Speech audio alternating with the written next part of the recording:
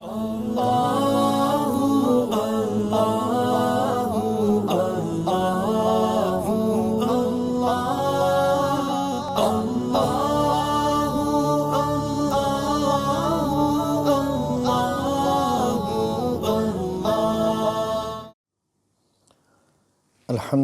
رب العالمین والصلاة والسلام علی اشرف الانبیاء والمرسلین وعلی آلہ الطیبین الطاہرین فعلی آلہ وصحبہ ومن تبعہم بإحسان الی یوم الدین اما بعد وعن عائشہ رضی اللہ تعالی عنہا قال رسول اللہ صلی اللہ علیہ وسلم من اعتکف ایمانا و احتسابا غفر له ما تقدم من ذنبی او کما قال علیہ الصلاۃ والسلام جامع الصغیر۔ محترم ناظرین اور سامعین، السلام علیکم ورحمۃ اللہ وبرکاتہ۔ ماہ رمضان المبارک کے حوالے سے درس حدیث کے عنوان کے تحت آج یہ ہمارا 19واں پروگرام ہے۔ آج جو حدیث مبارکہ سننے اور پڑھنے کی سعادت حاصل کی ہے، اس میں اللہ کے نبی صلی اللہ علیہ وآلہ وسلم نے ارشاد فرمایا کہ جس شخص نے ایمان کے ساتھ ثواب حاصل کرنے کی نیت سے اعتکاف کیا، اس کے تمام پچھلے گناہ معاف کر دیے جائیں گے۔ محترم ناظرین و سامعین، آج 19واں روزہ ہے، اور وہ خوش نصیب افراد جو اللہ رب العزت کی رضا کے لیے ماہ سیام کے اندر اعتکاف کی نیت کرتے ہیں، ان کے حوالے سے آج ہم نے یہ حدیث مبارکہ سنی اور پڑھی ہے۔ اعتکاف رمضان المبارک کی ایک خاص عبادت ہے، اور یوں تو پورے سال آدمی جب بھی مسجد میں داخل ہو اور اعتکاف کی نیت اگر کر لے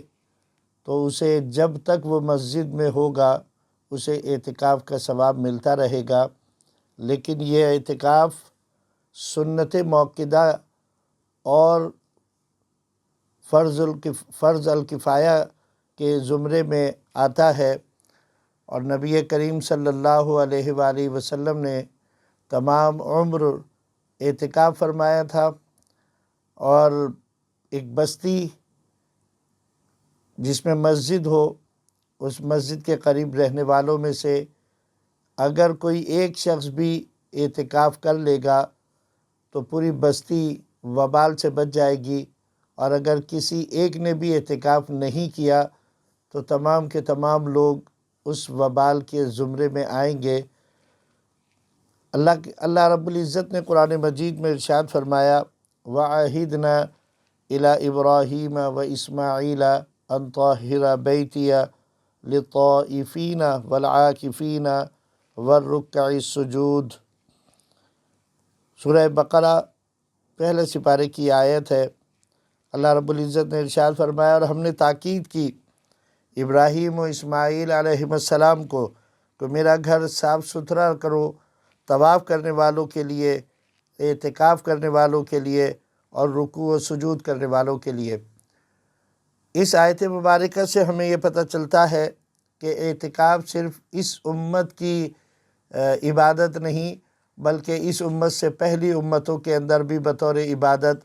یہ طریقہ عبادت رائج تھا، اور نبی کریم صلی اللہ علیہ وآلہ وسلم نے ہمیشہ اعتکاف فرما کر اسے سنت موقدہ بنا دیا امت کے لیے۔ اس لیے امت کے افراد کے اوپر یہ لازم ہے کہ وہ اللہ رب العزت کی رضا اور خوشنودی کی خاطر مساجد کو اعتکاف کے ذریعے سے آباد کریں۔ لیکن ایک بات خاص طور سے قابل غور ہے، اور وہ یہ ہے کہ جہاں شیطان نے ہماری دیگر عبادات کو رسوم و رواج کے اندر تبدیل کر کے اس کو اس کے اصل مقصد سے ہٹا دیا، اسی طرح یہ عبادت بھی آج ہم کو اس طرح نظر آ رہی ہے، الا ماشاء اللہ،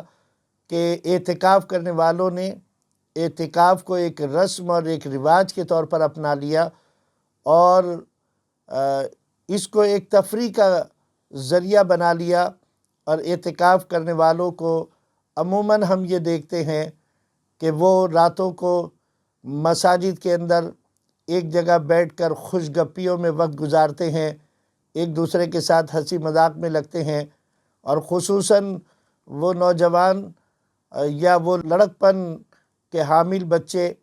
جن کو ابھی اپنے غسل اور طہارت کے مسائل سے ہی صحیح طور پر آگاہی نہیں ہوتی، ان کو بھی شوق اٹھتا ہے، چاہے وہ سال بھر تک مسجدوں کا رخ نہ کریں اور مساجد کے اندر جا کر نماز نہ پڑھیں، لیکن جب رمضان المبارک کا وقت آتا ہے تو مساجد کے اندر اعتکاف کے لیے ایسے بچوں کی ایک قطار لگ جاتی ہے، اور وہ اس خواہش کا اظہار کرتے ہیں کہ ہمیں مسجد کے اندر اعتکاف کی اجازت دی جائے، اور پھر ان کے والدین وہ اس بات کے اوپر مصر ہوتے ہیں کہ بچے کی خواہش ہے اسے اجازت دی جائے۔ حالانکہ بات یہ ہے کہ وہ لوگ یا وہ بچے جن کو ابھی غسل اور طہارت کے مسائل سے آگاہی نہیں، ان کو ابھی یہ پتہ ہی نہیں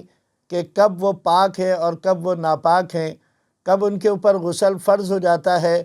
ایسے بچوں کو مساجد کے اندر اعتکاف کے لیے بٹھا دینا یہ ثواب کا کام نہیں، بلکہ یہ ایک عذاب کا ذریعہ بنے گا۔ اور پھر مساجد کے اندر بیٹھ کر پھر ان کی جو آپس میں ایک دوسرے کے ساتھ تفریح تباہ کے لیے جو ملاقاتیں اور مجلسیں منعقد ہوتی ہیں وہ اور وبال کا ذریعہ بنتی ہیں۔ حالانکہ اعتکاف تو ایک ایسی عبادت ہے کہ اس میں تو اللہ رب العزت نے وہ حق جو ایک دوسرے کے لیے مقرر کر رکھا تھا اور حلال تھا، اللہ تعالیٰ نے اس حق کو بھی یہاں پر معطل کر دیا، اور بندہ بیٹھتا اس لیے ہے کہ 10 دن وہ دنیا سے بالکل فارغ ہو کر اللہ کی رضا حاصل کرنے کے لیے، اللہ کی خوشنودی حاصل کرنے کے لیے مسجد کے ایک کونے کے اندر بیٹھ کر عبادت کے اندر اپنا وقت صرف کرتا ہے۔ زیادہ وقت اس کا عبادت کے اندر رہتا ہے، نفل نمازوں کا اہتمام، تلاوت قرآن کا اہتمام، دین کی باتوں کے اوپر غور اور فکر، اپنا احتساب کرنا، اپنے اعمال کی طرف غور کرنا، توبہ و استغفار کرنا، دعا کے اندر ٹائم لگانا، یہ اس عبادت کا خاصہ ہے کہ جب انسان سب کچھ چھوڑ چھاڑ کر اللہ کے گھر کے اندر آ کر بیٹھتا ہے تو اسے پھر اس طرف توجہ دینی چاہیے، نہ کہ ہم یہ دیکھتے ہیں کہ عموماً مساجد کے اندر یہ ہوتا ہے کہ نوجوان بچے جب اعتکاف کے اندر بیٹھتے ہیں تو وہ ایک دوسرے کے ساتھ خوش طبعی کے اندر اور ایک دوسرے کے ساتھ ہنسی مذاق کے اندر لگ جاتے ہیں، اور یہ بجائے عبادت کے ایک تفریح کا غرض بن جاتی ہے۔ اس سلسلے میں یہ بھی یاد رکھنا چاہیے کہ جب مساجد کی انتظامیہ ایسے بچوں کے لیے کوئی پابندی لگاتی ہیں یا ان کو بیٹھنے کی اجازت نہیں دیتی ہیں تو والدین یہ کہتے ہیں کہ جناب جب تک یہ آئے گا نہیں، یہ سیکھے گا نہیں، اس کو پتہ کیسے چلے گا؟ تو اس سلسلے میں عرض یہ ہے کہ اس کی مثال بالکل ایسی ہے کہ ایک بچہ جس کی عمر ابھی پرائمری کلاسز میں پڑھنے کی ہے، آپ اسے کہیں کہ ایک MBBS ڈاکٹر جو ہے جو سرجری کے کام کو سیکھتا ہے اور سرجری کرنا سیکھتا ہے، اس بچے کو آپ یہ کہہ کر وہاں کیوں نہیں بھیج دیتے کہ جناب یہ آئے گا تو کچھ سیکھے گا تو اس کو یہاں بیٹھنے کی یا اس کو یہاں پر سرجری کے کام میں داخل ہونے کی اجازت دی جائے؟ تو یہ بالکل ایسے ہی ہے، یہ عبادت تو ان لوگوں کے لیے ہے کہ جن کے علم میں ہو کہ وہ اعتکاف کہتے کسے ہیں، اعتکاف کیا کیوں جاتا ہے، اعتکاف میں عبادت کس طریقے سے کرنی ہے، اللہ رب العزت کی رضا اور خوشنودی کیسے حاصل کرنی ہے۔ تو یہ تمام امور جو ہے ایسے بچے بیٹھ کر اس عبادت کو بھی شیطان کے اس حملے کے حوالے سے اس کو عبادت کے بجائے رسم و رواج کا ذریعہ بنا دیتے ہیں۔ اس لیے میری گزارش ہے ایسے تمام والدین سے جو اپنے بچوں کو اس غرض سے کہ یہ مسجدوں کے اندر جا کر بیٹھ جائیں، اعتکاف کریں، اور وہ مسجدوں میں اعتکاف کے بجائے اگر وہاں کے مسجد کے آداب کا ہی خیال نہ رکھیں، مسجد میں رہنے کے ادب کو ہی ملحوظ خاطر نہ رکھیں تو ایسے بچوں کو اعتکاف میں بٹھالنے سے کوئی فائدہ حاصل نہیں ہوگا، بلکہ شیطان کے اس کام میں ہم معاون بن جائیں گے کہ وہ ایک عبادت کو ہماری رسم و رواج کی نظر کرنے کے اوپر تلا ہوتا ہے، اور ہم اس رسم و رواج کے قائل بن کر اپنے ایسے بچوں کو جن کو ابھی وضو کے مسائل، جن کو ابھی طہارت کے مسائل، جن کو ابھی نماز کے مسائل، جن کو مسجد کے آداب کے مسائل سے آگاہی نہ ہو، ان کو ہم زبردستی کر کے اعتکاف کے اندر اگر بٹھالتے ہیں تو کوئی یہ مستحسن قدم نہیں کہلائے گا۔ ہونا یہ چاہیے کہ مساجد کے اندر جب اعتکاف کے اندر بیٹھا جائے تو وہاں پر انتظامیہ کو چاہیے کہ ان کے لیے اہتمام کریں، ان کے لیے کچھ کلاسیں مقرر کریں، ان کا قرآن صحیح کروائیں، ان کی تجوید صحیح کروائیں، ان کو دین کے بنیادی مسائل جو زندگی گزارنے کے لیے لازمی ہیں، جیسے میں نے کہا وضو کے ہیں، طہارت کے ہیں، پاکی کے ہیں، غسل کے ہیں، مسجد کے آداب کے حوالے سے ہیں، نماز کے مسائل کے حوالے سے ہیں، یہ ان کے درست کرانے چاہیے۔ ان کو قرآن پڑھنے کی طرف، ان کو زندگی کے اندر اپنے تبدیلی لانے کا ایک ذریعہ بنانے کے لیے ان کی مختلف کلاسز رکھ کر ان کی تربیت کا اہتمام کرنا چاہیے۔ حضرت عائشہ صدیقہ رضی اللہ تعالیٰ عنہ ارشاد فرماتی ہیں معتکف پر سنت یہ ہے کہ وہ مریض کی عیادت کو نہ جائے، نہ جنازے میں حاضر ہو، نہ عورت کو ہاتھ لگائے، نہ اس سے مباشرت کرے، اور نہ کسی حاجت کے لیے جائے مگر اس حاجت کے لیے جا سکتا ہے کہ جو ضروری ہے، اور اعتکاف بغیر روزے کے نہیں، اور اعتکاف جماعت والی مسجد کے اندر کرے۔ اسے ابو داؤد شریف نے بیان کیا۔ رسول اللہ صلی اللہ علیہ وسلم نے معتکف کے بارے میں فرمایا کہ وہ گناہوں سے باز رہتا ہے اور نیکیوں سے اسے اس قدر ثواب ملتا ہے جیسے اس نے صرف نیکیاں ہی نیکیاں کی ہیں ان دونوں کے اندر۔ اسے ابن ماجہ نے بیان کیا۔ نبی کریم صلی اللہ علیہ وسلم نے فرمایا جس نے رمضان میں 10 دنوں کا اعتکاف کر لیا تو ایسا ہے جیسے 2 حج اور 2 عمرے ادا کیے۔ اسے بیہقی نے بیان کیا۔ ام المومنین حضرت عائشہ صدیقہ رضی اللہ تعالیٰ عنہ سے روایت ہے سرکار ابدقرار صلی اللہ علیہ وآلہ وسلم یکم رمضان سے 30 رمضان تک ایک اعتکاف کرنے کے بعد آپ نے فرمایا کہ میں نے شب قدر کی تلاش کے لیے رمضان کے پہلے عشرے کا اعتکاف کیا، پھر درمیانی عشرے کا اعتکاف کیا، پھر مجھے بتایا گیا کہ شب قدر آخری عشرے میں ہے، لہذا تم میں سے جو شخص میرے ساتھ اعتکاف کرنا چاہے کر لے۔ اسے صحیح مسلم شریف نے بیان کیا۔ یہ تو اعتکاف کے فضائل کے حوالے سے چند احادیث میں نے بیان کی تاکہ جو لوگ اعتکاف کرنا چاہتے ہیں ان کے دل کے اندر اس کا شوق مزید پیدا ہو، لیکن جس طرف میں نے توجہ دلائی اس طرف اپنی توجہ مرکوز کرنے کی ضرورت ہے، اور اس بات کی طرف ضرورت ہے کہ اعتکاف میں بیٹھنے سے پہلے اعتکاف کے مسائل سے آگاہی ضرور حاصل کر لی جائے تاکہ اعتکاف عبادت کے طور پر ہو، اعتکاف تفریح تباہ کا ذریعہ نہ بنے۔ چند موٹے موٹے بڑے مسائل میں آپ حضرات کے اس حوالے سے گوش گزار کرنا چاہوں گا۔ مسجد میں اللہ کی رضا کے لیے ٹھہرنا اعتکاف ہے۔ اس کے لیے مسلمان ہونا، عاقل ہونا، جنابت اور حیض و نفاس سے پاک ہونا شرط ہے۔ بلوغ شرط نہیں بلکہ نابالغ جو تمیز رکھتا ہو اگر بنیت اعتکاف مسجد میں ٹھہرے تو اس کا یہ اعتکاف صحیح ہے۔ اس کے لیے آزاد ہونا بھی شرط نہیں ہے۔ عالمگیری کے اندر اس کو ایسے ہی بیان کیا گیا۔ جو شخص سنت اعتکاف کرنے کا ارادہ کرتا ہے اسے چاہیے کہ وہ 20 رمضان المبارک کو نماز عصر کے وقت مسجد کے اندر سنت اعتکاف کی نیت کر کے داخل ہو، اور پھر اس وقت تک قیام کرے جب تک کہ رمضان المبارک کے اختتام اور شوال المبارک کا چاند نظر نہ آ جائے، اور جب چاند نظر آ جائے تو پھر وہ اپنے اعتکاف کو مکمل کر کے اپنے گھر کی طرف جا سکتا ہے۔ مسجد کا جامع مسجد ہونا شرط نہیں، لیکن ایسی مسجد جس میں باقاعدہ جماعت ہوتی ہو ایسی مسجد کا ہونا ضروری ہے۔ اور مسجد جماعت اسے کہتے ہیں جس میں امام اور مؤذن مقرر ہوں۔ در المختار کے اندر اس کو اس طرح بیان کیا گیا۔ اسی طرح ایک مسئلہ اعتکاف والے اچھی طرح سے یہ سمجھ لیں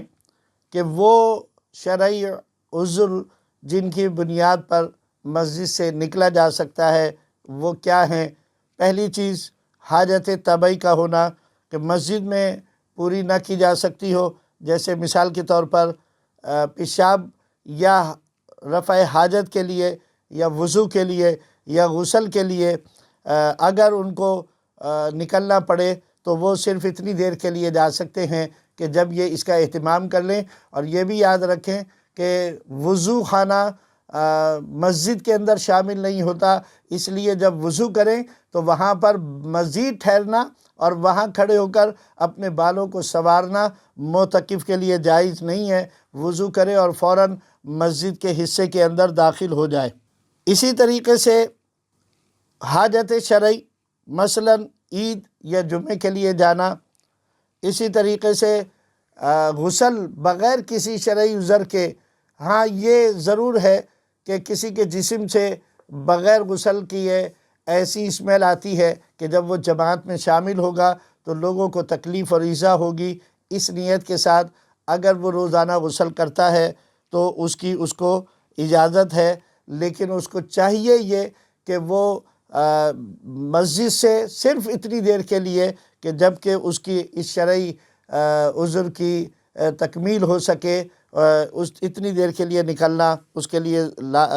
ضروری ہوگا۔ باقی اگر وہ نکلتا ہے تو اس کا اعتکاف جو ہے وہ فاسد ہو جائے گا۔ اسی طرح قضاء حاجت کو گیا، طہارت کر کے فوراً چلا آئے، ٹھہرنے کی اجازت نہیں۔ اور اگر معتکف کے دو مکان ہیں، ایک مسجد سے دور ہے اور دوسرا قریب، تو قریب والے میں قضاء حاجت کے لیے جانا چاہیے۔ اسی طرح اگر مریض کی عیادت یا نماز جنازہ کے لیے مسجد سے نکلا تو اس سے بھی اعتکاف جو ہے وہ فاسد ہو جاتا ہے۔ اسی طرح معتکف مسجد ہی میں کھائے پیے اور سوئے، ان کاموں کے لیے مسجد سے اگر باہر گیا تو اعتکاف جاتا رہے گا۔ صحن مسجد کا حصہ ہے، لہذا معتکف کو صحن مسجد میں آنا جانا بیٹھنا مطلقاً جائز ہے۔ مسجد کی چھت پر بھی آ جا سکتا ہے، لیکن یہ اس وقت کہ چھت پر جانے کا راستہ مسجد کے اندر سے ہو۔ اگر مسجد کے باہر سے ہے تو پھر چھت پر بھی جانے کی اس کو اجازت نہیں ہے۔ اس لیے ان موٹے موٹے مسائل کا جاننا معتکف کے لیے نہایت ضروری ہے۔ ایک مسئلہ یہ ہے کہ عورت کو مسجد میں اعتکاف کی اجازت نہیں ہے، بلکہ وہ گھر میں ہی اعتکاف کرے، مگر اس جگہ کرے جو اس نے نماز پڑھنے کے لیے مقرر کر رکھی ہو، جسے مسجد بیت کہتے ہیں۔ عورت کے لیے یہ بھی مستحب ہے کہ گھر میں نماز پڑھنے کے لیے کوئی جگہ مقرر کر لے، اور چاہیے کہ اس کو پاک و صاف رکھے، اور بہتر یہ ہے کہ اس جگہ کو چبوترے کی طرح بلند کر لے۔ اور مرد کو بھی چاہیے کہ وہ نوافل کے لیے گھر میں نماز کے لیے کوئی جگہ مقرر کر لے کہ نفل نماز گھر میں پڑھنا افضل ہے۔ اس کو اسی طرح عالمگیری کے اندر بیان کیا گیا۔ اس حوالے سے ضمناً یہ بات بھی سمجھ لیجئے کہ عورتوں کے لیے مسجد کے بجائے گھر کے اندر نماز پڑھنا اور گھر میں بھی تاریک کمرے کے اندر نماز پڑھنا ان کے لیے زیادہ افضل قرار دیا گیا ہے۔ اس کے اندر بہت ساری حیا کی بہت ساری ضروریات کی تکمیل ہوتی ہے، اس لیے عورتوں کے لیے اعتکاف کی بھی اجازت ہے، لیکن اعتکاف کے لیے وہ اپنے گھر کا وہ حصہ مقرر کریں کہ جہاں وہ نماز ادا کی جاتی ہو یا نماز ادا کرتے ہوں۔ پہلے زمانے کے اندر عموماً ہم یہ دیکھا کرتے تھے کہ ہمارے گھروں کے اندر اگر کوئی ایسی جگہ خاص طور سے چبوترا بنا کر اگر مقرر نہیں بھی کی جاتی تھی تو ایک تخت ضرور بنا لیا جاتا تھا جس پر گھر کی خواتین نماز ادا کرنے کا اہتمام کرتی تھیں۔ تو آج ہمارے گھروں کی ڈیکوریشن کے اندر اس بات کی گنجائش نظر نہیں آتی کہ گھر میں کوئی ایسا تخت موجود ہو یا ایسی جگہ موجود ہو جو نماز کے لیے مخصوص کر لی گئی ہو، جسے مسجد بیت کہتے ہیں۔ اسی طرح ایک مسئلہ یہ ہے کہ اگر عورت نے گھر میں نماز کے لیے کوئی جگہ مقرر نہیں کر رکھی ہے تو گھر میں اعتکاف نہیں کر سکتی، البتہ اس وقت جب کہ اعتکاف کی نیت کی کسی جگہ کو نماز کے لیے اگر خاص کر لے تو اس کا اعتکاف صحیح ہو جائے گا۔ در المختار کے اندر ایسے ہی بیان کیا گیا۔ اسی طرح ایک مسئلہ یہ بیان کیا کہ اعتکاف واجب میں معتکف کو مسجد سے بغیر شرعی عذر کے نکلنا حرام ہے۔ اگر نکلا تو اعتکاف جاتا رہے گا، اگرچہ بھول کر نکلا ہو، اور پھر اس کے بعد اسے غیر رمضان کے اندر اس اعتکاف کی قضا کرنی پڑے گی، اور اس کے لیے اعتکاف چونکہ بغیر روزے کے نہیں ہوتا تو اس کے لیے روزہ رکھنا بھی ضروری ہوگا۔ اسی طرح اعتکاف سنت بھی بغیر عذر نکلنے سے جاتا رہتا ہے۔ اسی طرح عورت نے مسجد بیت میں اعتکاف واجب یا مسنون اعتکاف کی نیت کی تو بغیر عذر وہاں سے نہیں نکل سکتی۔ اگر وہاں سے نکلی، اگرچہ گھر ہی میں رہی، تو بھی اس کا اعتکاف جاتا رہے گا۔ یہ موٹے موٹے مسائل تھے جو میں نے اعتکاف کے حوالے سے بیان کیے ہیں۔ جو لوگ اعتکاف میں بیٹھنا چاہتے ہیں، جیسا میں نے پہلے عرض کیا، ان کو چاہیے کہ اپنے مساجد کے ائمہ کے پاس جائیں اور ان سے اعتکاف کے مسائل کو سنیں، سمجھیں، اور اس کے بعد پھر اعتکاف میں بیٹھنے کی نیت کریں۔ اللہ رب العزت سے دعا ہے کہ اللہ تعالی ہمیں رمضان المبارک کی اس خاص عبادت کے اہتمام کی توفیق عطا فرمائے، اور مساجد کو آباد کرنے کی توفیق عطا فرمائے، اور پھر صرف یہ رمضان تک محدود نہ ہو، بلکہ جو لوگ اعتکاف کے اندر بیٹھتے ہیں، میں یہ سمجھتا ہوں کہ ان کو باقی دنوں کے اندر مسجد میں اول وقت میں آنا، بلکہ ان لوگوں میں شامل ہونا چاہیے کہ جو مسجدوں میں آ کر اس وقت کی نماز کی اذان مسجدوں میں آ کر سنتے ہیں۔ اللہ تعالی ہم سب کو عمل کی توفیق عطا فرمائے۔ وما توفیق الا باللہ وما علینا الا البلاغ المبین۔ والسلام علیکم ورحمۃ اللہ وبرکاتہ۔